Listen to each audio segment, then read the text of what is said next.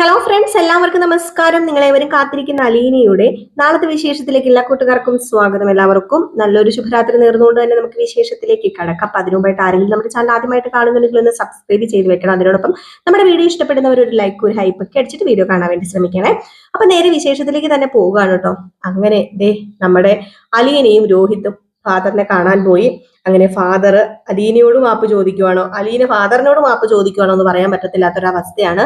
അപ്പൊ അലീന മാപ്പ് പറഞ്ഞപ്പോ മാപ്പൊന്നും പറയണ്ട, നീയാണ് എന്നെ സത്യം പറഞ്ഞു കഴിഞ്ഞിട്ടുണ്ടെങ്കിൽ എനിക്ക് നീ കാരണമാണ് ഇങ്ങനെ ഒരു ഉൾവിളി ഉണ്ടായത്. ഞാൻ ഇരുത്തി ചിന്തിച്ചു. അപ്പോഴെനിക്ക് മനസ്സിലായി നീ പറയുന്നതൊക്കെ ശരി തന്നെയാണ്. ഒരു വൈദികൻ എന്ന നിലയിൽ ഞാൻ നിങ്ങളെ ആ ഒരു സമയത്ത് പറഞ്ഞു വിടാൻ പാടില്ലായിരുന്നു. അപ്പം നീ അല്ല, ഞാനാണ് തെറ്റ് ചെയ്തത്. അപ്പം അലീന ഇങ്ങനെ അനാഥക്കുട്ടിയാന്നൊക്കെ അറിഞ്ഞപ്പോഴത്തേക്കും വല്ലാത്തൊരു ഇമ്പ്രസ് തോന്നുവാണ് ഫാദറിന്. അപ്പം അലീനയോട് കൂടുതൽ കാര്യങ്ങളൊക്കെ ചോദിച്ചറിഞ്ഞു. ഏതായാലും ഇങ്ങനെ ഒരു സെർവന്റ് അല്ലെങ്കിൽ ഇങ്ങനെ ഒരാളെ നിങ്ങൾക്ക് കിട്ടിയത് നിങ്ങളുടെ ഭാഗ്യം തന്നെയാണ്. കാരണം അലീന ഉള്ളത് കൊണ്ട് മാത്രമാണ് രോഹിത്തെ നിനക്ക് ഞാനിവിടെ വീണ്ടും പഠിക്കാനുള്ള സീറ്റ് സെറ്റാക്കി തരുന്നത്. അലീനയുടെ ഓരോ വാക്കുകൾ അടിവരയിട്ട് ഞാൻ വെച്ചിട്ടുണ്ടായിരുന്നു. അലീന ഉള്ളത് കൊണ്ട് മാത്രമാണ്. ഇല്ലായിരുന്നെങ്കിൽ ഒരിക്കലും രോഹിത്തെ എന്റെ മനസ്സിനെ ചിലപ്പോൾ നിനക്ക് ഉണർത്താൻ കഴിയില്ലായിരുന്നു. പിന്നെ ഞാനിവിടെ PTA കമ്മിറ്റി അംഗങ്ങളോടൊക്കെ കാര്യങ്ങളൊക്കെ പറഞ്ഞിട്ടുണ്ട്. അതുകൊണ്ട് നിന്റെ ഭാഗത്ത് നിന്ന് ഇനി ഒന്നും ഉണ്ടാകരുത്, നിന്റെ ഭാഗത്തു നിന്ന് ഒരു തെറ്റും ഉണ്ടാകില്ല, ഒരു വീഴ്ചയും ഉണ്ടാകില്ല. പഠനത്തിൽ പോലും നല്ല രീതിയിൽ തന്നെ നീ നിൽക്കണം. ഈ സ്കൂളിന് അല്ലെങ്കിൽ കോളേജിന് ഒരു അഭിമാനമായി മാറുക ചെയ്യേണ്ടത് എന്നൊക്കെ പറഞ്ഞപ്പോഴത്തേക്കും അലീന പറഞ്ഞു, തീർച്ചയായിട്ടും അച്ഛ, രോഹിത് പഴയ രോഹിത് അല്ല. രോഹിത് ഒരുപാട് മാറി തന്നെയാണ് ഇപ്പൊ നിൽക്കുന്നത്. അവൻ പഴയ ആളല്ലെന്ന് എനിക്ക് നല്ലൊരു വിശ്വാസമുണ്ട്. എന്റെ വിശ്വാസം മാത്രമല്ല, അത് ഞാൻ ഉറപ്പിക്കുകയാണ്, അത് എന്റെ ഉറപ്പാണ്. ഒരിക്കലും രോഹിത് പഴയ രോഹിത് അല്ല. അവന് ഇപ്പൊ ഒരു പുതിയൊരാളായിട്ട്, ഒരു കൊച്ചു കുഞ്ഞ് ജനിക്കുമ്പോൾ ആ കുഞ്ഞിന്റെ മനസ്സിൽ ഒന്നും ഉണ്ടാവില്ലല്ലോ, അതിനെ നമ്മൾ മാലാഹക്കുട്ടി എന്നൊക്കെ പറയില്ല. അപ്പൊ അതുപോലെ തന്നെ ഒരാളായിട്ടാണ് ഇപ്പം രോഹിത് ഇവിടെ നിൽക്കുന്നത്. അത് ഞാൻ ഉറപ്പ് തരുന്നു, 100% ഉറപ്പാണ്. ഈ സ്കൂളിന് ഇനി ഒരു ചീത്തപ്പേര് ബാലചന്ദ്രന്റെ മകൻ രോഹിത് ഉണ്ടാക്കില്ല എന്നൊക്കെ പറഞ്ഞു. ഏതായാലും ഈ ഒരു സമയത്ത് അച്ഛൻ പറഞ്ഞു, എന്നാ പിന്നെ പൊക്കോ, ഒരു മാസവും കൂടെ ഉണ്ട് ആ ഒരു സസ്പെൻഡ് ചെയ്തല്ലേ, അപ്പൊ ഒരു മാസം കൂടെ ഉണ്ട്. ആ ഒരു മാസവും കഴിഞ്ഞിട്ട് നിനക്ക് കോളേജിൽ വരാം, നിനക്ക് യാതൊരു പ്രശ്നം ഉണ്ടാകത്തില്ല, പഴയതുപോലെ പഠിക്കാം. പിന്നെ എന്തെങ്കിലും നോട്ടോ എന്തെങ്കിലും ആവശ്യം ഉണ്ടെങ്കിൽ നീ ഇപ്പൊ ഇരുന്ന് പഠിക്കണം, നീ എന്നോട് ചോദിച്ചാൽ മതി, ഞാൻ നോട്ടും കാര്യങ്ങളൊക്കെ നിനക്ക് തരാം എന്നൊക്കെ പറഞ്ഞു കേട്ടോ. ഏതായാലും വളരെയധികം സന്തോഷമുണ്ട്. ഒരിക്കലും ഈ കടപ്പാട് എങ്ങനെയാ വീട്ടിൽ തീർക്കേണ്ടതെന്ന് എനിക്ക് അറിയില്ല എന്നൊക്കെ പറഞ്ഞു അച്ഛന്റെ മുമ്പിൽ കൈകൂപ്പിയപ്പോഴത്തേക്കും ഫാദർ പറഞ്ഞത്, എന്നോടല്ല നീ കടപ്പാട് കാണിക്കേണ്ടത്, ഈ നിൽക്കുന്ന നിന്റെ സഹോദരിയാന്ന് പറഞ്ഞ് നീ കൂടെ കൊണ്ട് നടക്കണുണ്ടല്ലോ, അങ്ങനെ നീ ചേർത്ത് പിടിച്ച് കൊണ്ട് നടന്നാൽ മതി. അവൾ അനാഥയല്ല എന്ന് അവൾക്ക് സ്വയമേ ഒരു തോന്നൽ ഉണ്ടാകണം. നീ അവളെ ചേർത്ത് പിടിക്കണം.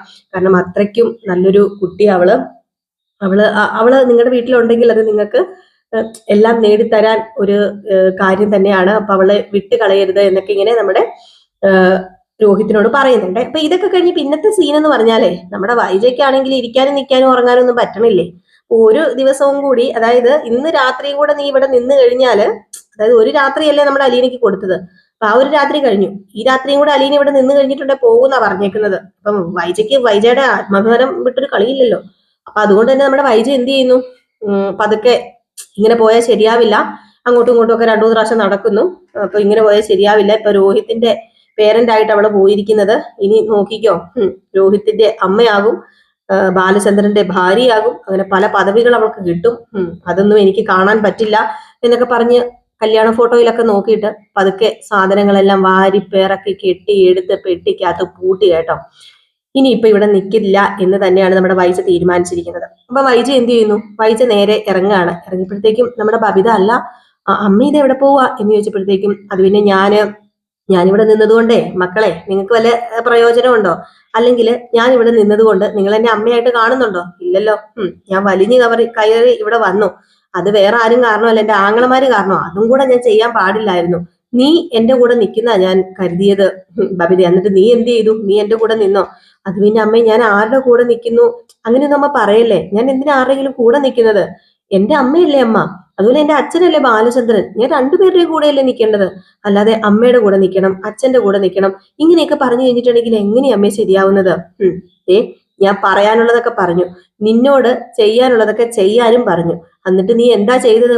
അലീനയെ കയറ്റി ഇപ്പം തലയെ വെച്ച് ഡാൻസ് കളിക്കല്ലേ, കളിച്ചോ. ഞാൻ ഹോസ്പിറ്റലിൽ കിടന്നപ്പം ഒരു നേരം ഒന്ന് വരാൻ നിനക്ക് എന്തുമാത്രം ബുദ്ധിമുട്ടായിരുന്നെന്ന് എനിക്ക് അറിയായിരുന്നു ബബിതെ. എന്നിട്ട് നീ ഇപ്പൊ എന്താണ്? ഇപ്പൊ നീ അലീനയുടെ പുറകെ എന്ത് ചെയ്യണം, എന്ത് ചെയ്യണ്ട, എന്ത് വേണം, കുളിച്ചോ, കഴിച്ചോ, തീറ്റിക്കുക, എന്തൊക്കെയാടി നീ ചെയ്യുന്നത്? അതും ഞാൻ വില കൊടുക്കാത്ത അവളുടെ മുമ്പില് നീ എന്തൊക്കെയാ കാണിച്ചു കൂട്ടുന്നതെന്ന് അറിയാമോ? നിന്റെ അമ്മയെ മാറ്റി നിർത്തിയിട്ട് നീ അവളെ പരിഗണിക്കുന്നുണ്ടെങ്കിൽ ഇനി നീ അവളുമായിട്ട് ഇവിടെ അങ്ങ് കഴിഞ്ഞോ. ഞാൻ ആർക്കും ഒരു ശല്യം ഉണ്ടാവണില്ല, ശല്യമാക്കണില്ല, ഞാൻ ആർക്കും ഒരു ശല്യം ഉണ്ടാക്കില്ല, ഞാൻ ഇവിടുന്ന് പോവാ. ഇന്നൊരു രാത്രി അവള് ഇവിടെ കഴിഞ്ഞാല് ഇനി വൈജയ്ക്ക് പിന്നെ വൈജയുടെ പേര് മാറ്റി എഴുതേണ്ടി വരും. അതുകൊണ്ട് വൈജയ്ക്ക് ഒരു വാക്കേ ഉള്ളൂ. വൈജ അന്നും പറഞ്ഞു അലീനയെ പറഞ്ഞു വിട്ടാൽ വൈജ ഇവിടെ നിൽക്കുന്നു, ഇന്നും പറയുന്നു അലീനയെ പറഞ്ഞു വിട്ടാൽ വൈജ ഇവിടെ നിൽക്കും. അത് മാത്രമേ എനിക്ക് ഇനിയും എന്നും പറയാനുള്ളൂ. അതുകൊണ്ട് ഞാൻ പോകുവാണ്. ആരൊക്കെ എന്തൊക്കെ പറഞ്ഞാലും എന്ന് നിങ്ങൾക്ക് നല്ല ബുദ്ധി തോന്നുന്നു, എന്തെങ്കിലും ഒരു ദിവസം തോന്നും ഈ അമ്മ പറയുന്നതിൽ ന്യായമുണ്ട്, നിങ്ങൾക്ക് വേണ്ടിയാണ് ഈ അമ്മ സംസാരിച്ചത് എന്നൊക്കെ എന്നെങ്കിലുമൊക്കെ നിനക്ക് തോന്നും. എന്നെങ്കിലുമൊക്കെ അങ്ങനെ തോന്നുകയാണെങ്കിൽ ആ ദിവസം നീ വാ എൻ്റെ അടുത്തേക്ക്. അല്ലാതെ അലീനയായിട്ട് ഇവിടെ നിന്ന് ഞാനുമായിട്ട് ഒരുമിച്ച് പോകാന്ന് മക്കളെ നിങ്ങൾ ആരും വിചാരിക്കേണ്ട. എനിക്ക് പറ്റില്ല. അതെ, ഇപ്പൊ രോഹിത്തിന്റെ പേരന്റ് ആയിട്ട് അവൾ അങ്ങോട്ട് പോയേക്കല്ലേ. അതുപോലെ പതുക്കെ പതുക്കെ ഈ വീടിന്റെ ഭരണം മുഴുവൻ അവള് പിടിച്ചെടുക്കും. അപ്പോഴേക്കും നമ്മുടെ അലീനയല്ല ബബിത പറയാം, അമ്മ അച്ഛൻ വന്നിട്ട് പോകാം, അല്ലെങ്കിൽ അലീന ചേച്ചി രോഹിത്തേട്ടനും കൃഷ്ണമോളൊക്കെ വരാനില്ലേ, അവര് വന്നിട്ട് അമ്മയ്ക്ക് പോയപ്പോ അമ്മയ്ക്ക് ഇപ്പൊ തന്നെ ഇറങ്ങിപ്പോണെന്ന് എന്താ ഇത്ര വാശി എന്ന് പറയുമ്പോഴത്തേക്കും, അതെ വൈജയ്ക്ക് കുറച്ച് വാശി വൈരാഗ്യമൊക്കെ ഉണ്ട്. അത് വൈജയുടെ മനസ്സിലുള്ളത് തന്നെയാ, അതിന്റെ രക്തത്തില് അലിഞ്ഞു ചേർന്നിരിക്കുന്ന, അത് ആർക്കും മാറ്റി എഴുതാനോ മാറ്റി കുറിക്കാനോ ഒന്നും പറ്റത്തില്ല. ഞാൻ പോകുമെന്ന് പറഞ്ഞാൽ പോകും, എനിക്ക് പോയേ പറ്റത്തുള്ളൂ. നിങ്ങൾ എന്തൊക്കെ പറഞ്ഞാലും വൈജ പോയിരിക്കും. വൈജ പറഞ്ഞതേ ഒറ്റത്തന്തയ്ക്കാ, അതുകൊണ്ട് വൈജയ്ക്ക് പോണം. ഇനിയിപ്പം അവളുടെ ആട്ടും തുപ്പും കേട്ട് പട്ടിയെ പോലെ ഇവിടെ നിൽക്കാൻ എനിക്ക് മനതില്ല. ഞാൻ പോവാണ്. നിങ്ങളുടെ അമ്മയായിട്ട് ഞാൻ എന്നും നിങ്ങളുടെ കൂടെ ഉണ്ടാകും. അത് പറഞ്ഞല്ലോ, എപ്പോ വേണമെങ്കിലും വരാം അങ്ങോട്ടേക്ക്. എന്റെ വീടിന്റെ വാതിൽ ഒരിക്കലും എന്റെ മക്കൾക്ക് വേണ്ടി ഞാൻ അടയ്ക്കത്തില്ല, തുറന്നു തന്നെ കിടക്കും. പിന്നെ അച്ഛനോട് പറഞ്ഞേരെ, ഇതിനെല്ലാത്തിനും പകരം ഒരു ദിവസം, ഇപ്പൊ അച്ഛന്റെ കൂടെയാണല്ലോ എല്ലാവരും, ഒരു ദിവസം എല്ലാം എന്റെ വശത്ത് വരുന്നൊരു സമയം വരും.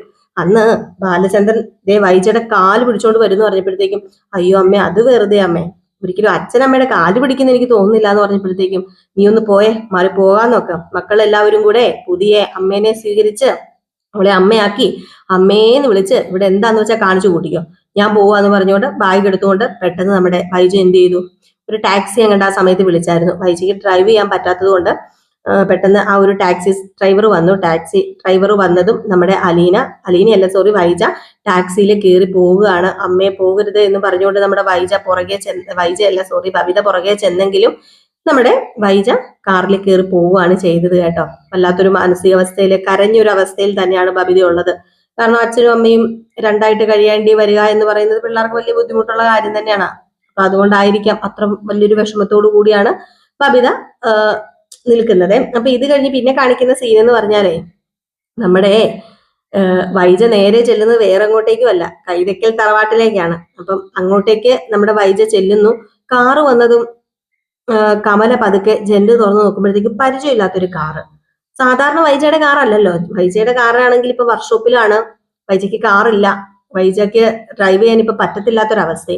പക്ഷെ വൈജയാണെന്ന് അറിയില്ല. കമല ഇങ്ങനെ ജനലിൽ കൂടെ നോക്കി. അപ്പോഴത്തേക്കും ശിവൻ ചോദിച്ചു, അല്ല ആരാന്ന് ചോദിച്ചപ്പോഴത്തേക്കും അറിയില്ല, പരിചയമില്ലാത്തൊരു വണ്ടിയാ, ഒരു ടാക്സി ആണെന്നാ തോന്നുന്നു പറഞ്ഞപ്പോഴത്തേക്കും പതിയെ നമ്മുടെ ശിവൻ വന്ന് പതുക്കെ ലോക്കൊക്കെ തുറന്നു. ലോക്ക് തുറന്നു കഴിഞ്ഞപ്പോഴത്തേക്കും പെട്ടിയും പൊക്കാണൊക്കെ എടുത്ത് ഡ്രൈവർ വെക്കുന്നുണ്ട്. അത് കഴിയുമ്പോഴത്തേക്കും അതിനകത്ത് നിന്ന് നമ്മുടെ വൈജയും ഇറങ്ങി വരികയാണ്.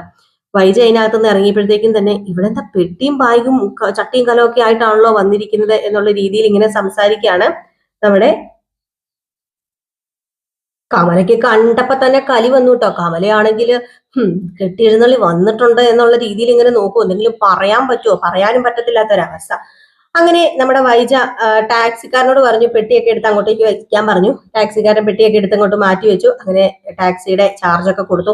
ചാർജ് അങ്ങാണ്ട് ചോദിച്ചപ്പോഴത്തേക്കും, ഇത് ഭയങ്കര ചാർജ് ആണല്ലോ ചേട്ടാ എന്ന് പറഞ്ഞപ്പോഴത്തേക്കും, അതെ കാലം മാറിയില്ലേ, അതനുസരിച്ച് പല മാറ്റങ്ങൾ വരും മേഡം ഒക്കെ കാറൊക്കെ ഉള്ളത് കൊണ്ട് ടാക്സിയിലോ അങ്ങനെയുള്ള കാര്യങ്ങളിലൊക്കെ യാത്ര ചെയ്തിട്ടുണ്ടായിരിക്കത്തില്ല. ഇപ്പൊ ഇത് തന്നെയാ എല്ലാവരും മേടിക്കുന്ന ചാർജ് എന്നൊക്കെ പറഞ്ഞു. അപ്പൊ താൻ കൊണ്ടുപോകുന്നൊക്കെ പറഞ്ഞുകൊണ്ട് വൈജ അത് പൈസ ഒക്കെ വെച്ച് കൊടുത്തു കേട്ടോ. വെച്ചൊക്കെ കൊടുത്തിട്ട് നമ്മുടെ വൈജ അകത്ത് കയറി. ശിവൻ വൈജ എന്ന് പറഞ്ഞ് അകത്തേക്ക് ശിവനും വൈജനെ കയറ്റി. ഏതായാലും ഈ സമയത്ത് ശിവൻ പറഞ്ഞു വൈജ ഇരിക്കാൻ പറഞ്ഞു. അങ്ങനെ വൈജ പറഞ്ഞു ഞാൻ ഇരിക്കാനൊന്നും വന്നതല്ല, ഞാന് കുറച്ച് ദിവസം ഇവിടെ കാണും, എനിക്ക് ഒരു വീട് സെറ്റ് ആകുന്നത് വരെ എനിക്കിവിടെ കുറച്ച് ദിവസം നിൽക്കണം, അതിനുവേണ്ടി ഞാൻ വന്നതാ. പിന്നെ എന്റെ കൂടെ വീടാണല്ലോ ഇത്, എന്റെ അച്ഛൻ ഉണ്ടാക്കിയ എന്റെയും കൂടെ വീടാണല്ലോ ഇതെന്ന് പറഞ്ഞപ്പോഴത്തേക്കും കമലക്ക് ഇതും കൂടെ കേട്ടുമ്പോഴത്തേക്കും ചൊറിഞ്ഞിങ് കയറുവാണ് കേട്ടോ. ഈ ഒരു സമയത്ത് ശിവൻ ചോദിച്ചു, അല്ല നിന്റെ ഉദ്ദേശം എന്താ വൈജയ്, നിന്റെ ഉദ്ദേശം എന്താ, നീ അത് പറ. നീ എന്തിനാ ഇപ്പം നെടുമ്പുരയ്ക്കൽ നിന്ന് ഇങ്ങോട്ടേക്ക് വന്നത്, ഇങ്ങോട്ടേക്ക് വന്നതിന്റെ ഉദ്ദേശം എന്താന്ന് ചോദിച്ചപ്പോ ഞാൻ ഇങ്ങോട്ടേക്ക് വന്നത് എന്തിനാ, എനിക്കൊരു ഉദ്ദേശം മാത്രമേ ഉള്ളൂ. ഞാൻ ഒരു കാര്യം മാത്രമേ എല്ലാവരോടും ആവശ്യപ്പെട്ടിട്ടുള്ളൂ, പല കാര്യമൊന്നും ആവശ്യപ്പെട്ടില്ല.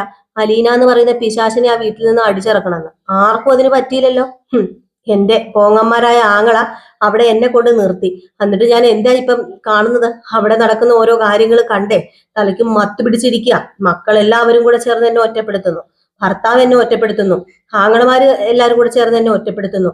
ഞാൻ എന്ത് തെറ്റാ നിങ്ങളോടൊക്കെ ചെയ്തത്, അല്ലെങ്കിൽ ഞാൻ ആരോട് എന്ത് തെറ്റാ ചെയ്തതെന്ന് പറഞ്ഞപ്പോഴത്തേക്കും വൈജയ് നീ ഇപ്പൊ കാണിച്ചതുണ്ടല്ലോ അത് ഒരിക്കലും അംഗീകരിക്കാൻ പറ്റാത്ത കാര്യങ്ങളൊക്കെയാണ്.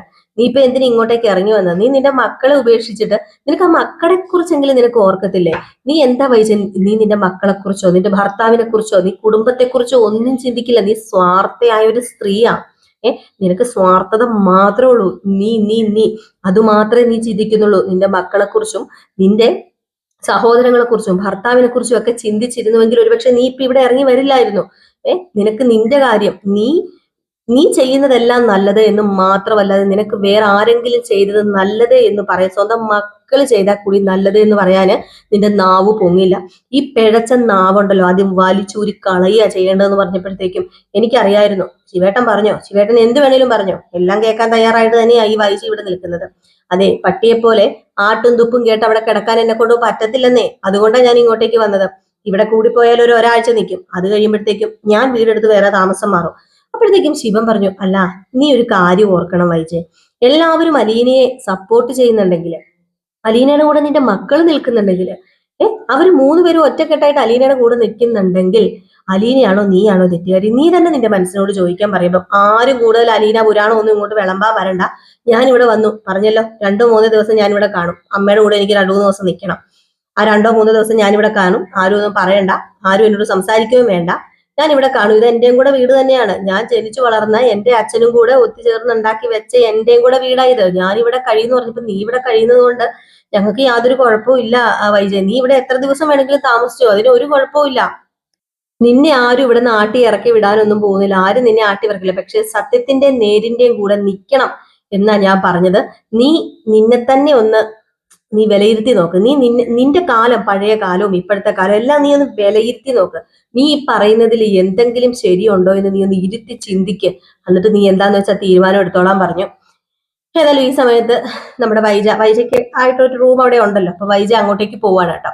വൈജ അങ്ങോട്ടേക്ക് കയറി പോകുന്നു. കമല ഇങ്ങനെ രണ്ടും കൽപ്പിച്ച് ഇങ്ങനെ നിൽക്കുകയാണ് കേട്ടോ. അയ്യോ, കമലയ്ക്ക് ഒരിക്കലും വൈജയനെ സഹിക്കാനോ വൈജയ്ക്ക് ഒരിക്കലും കമലേനെ സഹിക്കാനോ പറ്റുന്ന കൂട്ടത്തിലുള്ളതല്ല. അപ്പൊ ഏതായാലും ഇനിയിപ്പോ നമുക്ക് കാത്തിരുന്ന് തന്നെ കാണാം എന്തൊക്കെയാണ് സംഭവിക്കാൻ പോകുന്നത്. അപ്പൊ എല്ലാവരും കാത്തിരിക്കുക കേട്ടോ. അപ്പൊ അടിപൊളി വിശേഷങ്ങളാണ് ഓരോ ദിവസവും വരാൻ പോകുന്നത്. അപ്പൊ എല്ലാവരും കാത്തിരിക്കുക. നമ്മൾ രാവിലെ ഒരു 7:30 ആകുമ്പോഴത്തേക്കും ഫുൾ വിശേഷവും, വൈകിട്ട് ഒരു 8:30 ആകുമ്പോഴത്തേക്കും നാളത്തെ കഥ, അതായത് പ്രമോ വിശേഷം ഇടുന്നുണ്ട്. പിന്നെ റിയൽ സ്റ്റോറി ന്യൂവിനകത്ത് നമ്മൾ അപ്കമിങ് വിശേഷവും അപ്ലോഡ് ചെയ്യുന്നുണ്ട് കേട്ടോ. അപ്പം അതുകൂടെ നമ്മൾ നമ്മുടെ കമ്മ്യൂണിറ്റി അഥവാ പോസ്റ്റിൽ കൊടുത്തിട്ടുണ്ട്. കയറി നോക്കിയിട്ടുണ്ടെങ്കിൽ, ആവശ്യമുള്ളവർ കയറി നോക്കിയിട്ടുണ്ടെങ്കിൽ നമ്മുടെ പോസ്റ്റിനകത്ത് കാണാനായിട്ട് സാധിക്കും. നിങ്ങൾ സബ്സ്ക്രൈബ് ചെയ്ത് വെച്ചോളൂ. എല്ലാ ദിവസവും അപ്കമിങ് വിശേഷവും നിങ്ങൾക്ക് കേൾക്കാവുന്നതാണ് കേട്ടോ. അപ്പം വീണ്ടും കാത്തിരിക്കുക. അടുത്ത നല്ലൊരു സൂപ്പർ ഹിറ്റ് വിശേഷവുമായിട്ട് നമുക്ക് നാളെ രാവിലെ തന്നെ കാണാം. ലൈക്ക് ചെയ്യാനും ഹൈപ്പ് ചെയ്യാനും അതിനോടൊപ്പം തന്നെ കമന്റ് ചെയ്യാനും, ഫേസ്ബുക്കിലാണ് നിങ്ങൾ കാണുന്നതെങ്കിൽ ഫേസ്ബുക്കിന്റെ പേജ് ഫോളോ ചെയ്യാനും മറക്കരുത്. Tata, bye bye.